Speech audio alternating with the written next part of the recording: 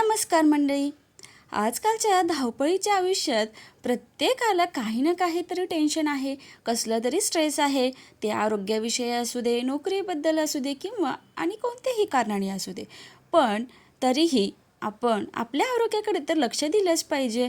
आरोग्य तेव्हा चांगलं राहतं जेव्हा आपण आनंदी आणि तणावमुक्त जगतो. तणावमुक्त आणि आनंदी आयुष्य जगण्यासाठी काही उपाय आपण करू शकतो.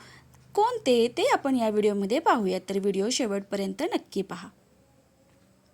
आयुष्य हे परिपूर्ण नसते, पण सुंदर नक्कीच असू शकते. प्रत्येक प्रश्नाचं उत्तर लगेच मिळेलच असं नाही.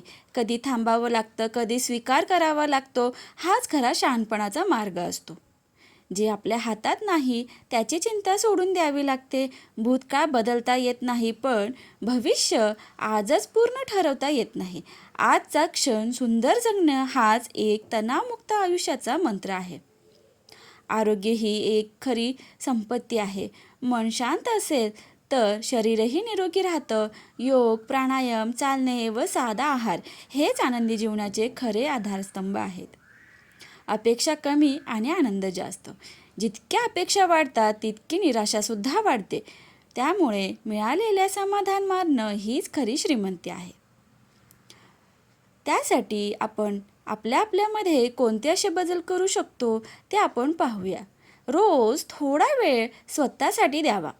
निसर्गात चालणं, आवडतं संगीत ऐकणं किंवा देवाचं नामस्मरण करणं मन हलकं करण्यासाठी हे अत्यंत आवश्यक आहे.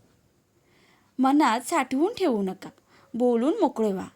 आपल्या काही वेदना असतील, दुःख असेल ते आपण एखाद्या विश्वासू व्यक्तीशी शेअर केल्याने आपल्या मनावरील ओझं नक्कीच कमी होतं. त्यामुळं मनातील ओझं कमी करा, शेअर करा. कृतज्ञता ठेवली की तणाव आपोआप कमी होतो. दररोज मिळालेल्या छोट्या छोट्या गोष्टींसाठी धन्यवाद म्हणायला शिका. कृतज्ञ मन नेहमी आनंदी असतं. स्वतःवर प्रेम करा. स्वतःला दोष देत बसू नका. चुका होतातच, आपण माणूस आहोत. चुकांमधून शिकणं आणि पुढे जाणं हेच खऱ्या आनंदाचं लक्षण आहे.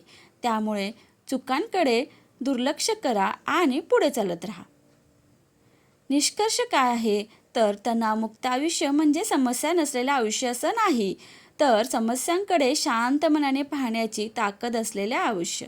हसत राहिलं पाहिजे, सकारात्मक राहा आणि आयुष्य मनसोक्त जगा. या काही टिप्स आहेत, त्या तुम्ही नक्की करून पहा आणि आनंदी राहा, निरोगी राहा. तुम्ही आनंदी राहण्यासाठी स्वतःसाठी कोणते उपाय करता ते मला कमेंट करून नक्की सांगा. व्हिडिओ आवडल्यास व्हिडिओला लाईक, शेअर आणि सबस्क्राईब करायला विसरू नका. धन्यवाद.